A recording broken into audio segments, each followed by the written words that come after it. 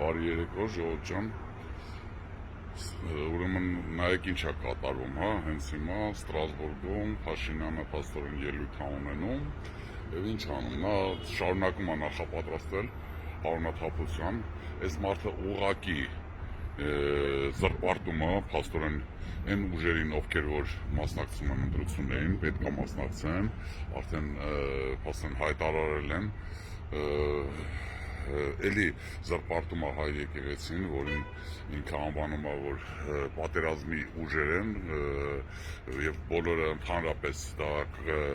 պատերազմի կուսակցություն է, ինքը տենց կոչում, փաստորեն հասկանում է, որ պարտված է ու ոչ մի հնար չունի հաղթելու, նա լավ հասկանում է, հիմա գնացել է այնտեղ մարդկանց մանիպուլյացիաներով զբաղվում, այնքան բանի համար, որ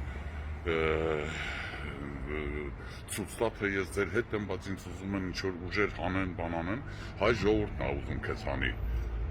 այ զզվելի մարդ,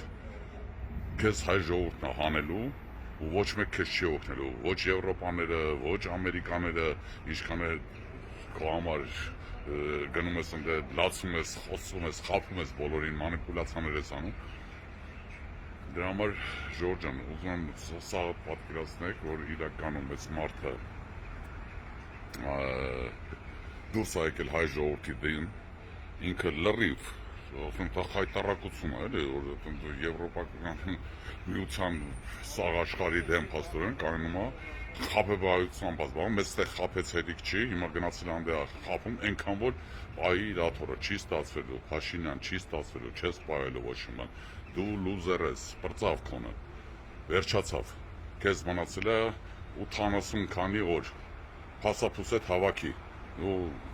սուխարիները չորացրա, քո տեղդ գիտես որտեղ է, քո արած հանցագործությունների համար պատասխան ես տալու Փաշինյան։